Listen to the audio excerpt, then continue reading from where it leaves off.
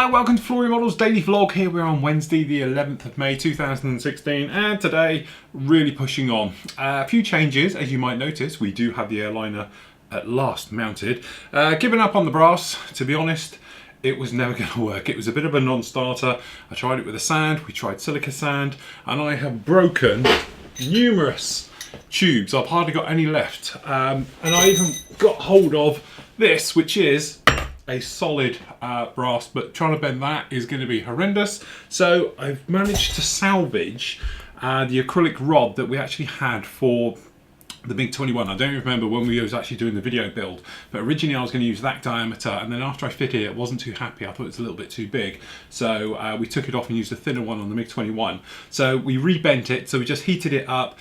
We used a little bit of epoxy resin, and we mounted it into the base because obviously it was a funny end on it and all the rest of it, and now we got it mounted on here. So this will literally be another half hour's job on this one. This one will be done. So we've got to put the vanes, the pitot tubes, all the little tiny lumps and bumps and things like that that's going to get broken off. We've got to get those on. The other big thing I've been pushing on with is obviously the Halifax.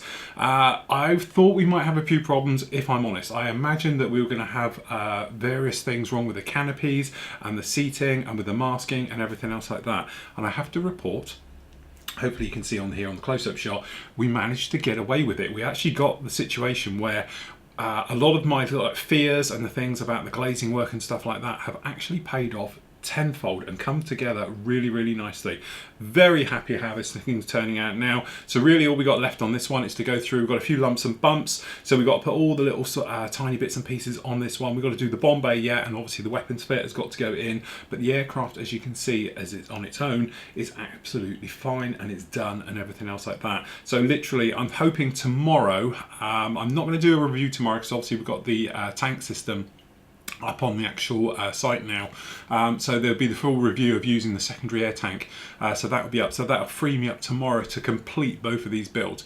To be honest, I'm not here really on Friday. I'm here Friday morning. We can do the orders, bits and pieces, but I'm actually up country over the weekend, so I'll be travelling up Friday afternoon.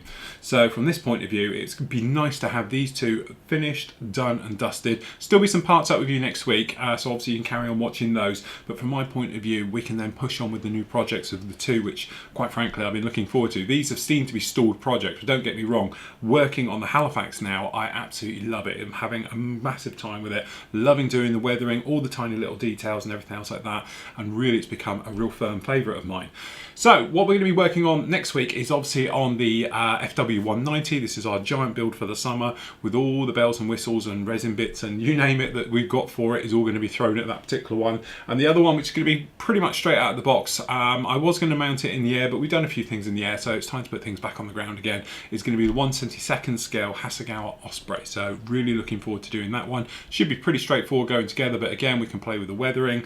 We might go again with oils and various little tones and changes and things like that, just to break up the standard sort of grey and everything else as we make our way through. So there we go. So because we've really pushed on so very well, I've got you another part of the Halifax is up ready to watch now. So that's going to be part 9. Quite interesting on this one, is done something I've never done before. Okay, and that is sanding wash. Okay, now this is a technique that I've sort of been working on over the last few years, but some people have had real problems with it.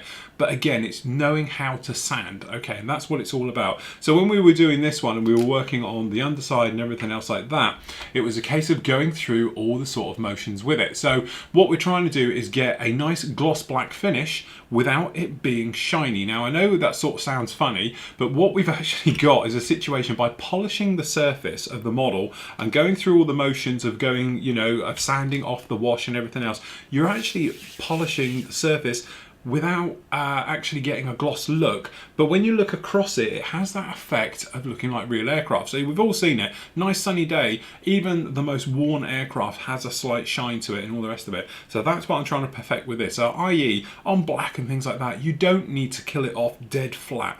You can still have a nice flat look like we've got going on down here, but you catch it in the light and with the angles, you've got a little bit of shine to it. And I think that gives a definite better weathered look to your model than perhaps just having a dead flat look. So we've used it on the top of this as well, just with the camo exactly the same way. So have a look at that video. Obviously we talk about putting the wash on, we talk about using the wash for black by mixing dark dirt and grey, and then we talk exclusively for the next half an hour about how to get it off and give this type of effect. Okay, so literally taking a medium sander as well. To start with, I was using the polisher, but it was doing too good a job. So then we wanted something with a bit more bite, so we actually went in there with a normal blue sort of 220 grit sander. This is the said one. You can see the black still on it now. So give it a bit of a rub round and you can clean them up. So that is the thing. By going around and sanding it, you can get nice shine to your model, nice thing, but also give texture, and it's all still left in there. So you've got a nice bit of grime and dirt and everything else. So it's well worth having a look. Probably a new technique to most of you, but something I've been working on now for a few years, but never had the nerve to technically show you all. So there we go, that's it. Part 9 of that is up now. We'll get the airliner finished off tomorrow, so the last part of that will be up with you next week, will be up with you on Monday. Okay, and that will complete that one, and then we can push on with the other builds. So until tomorrow, everybody, happy modelling and take care.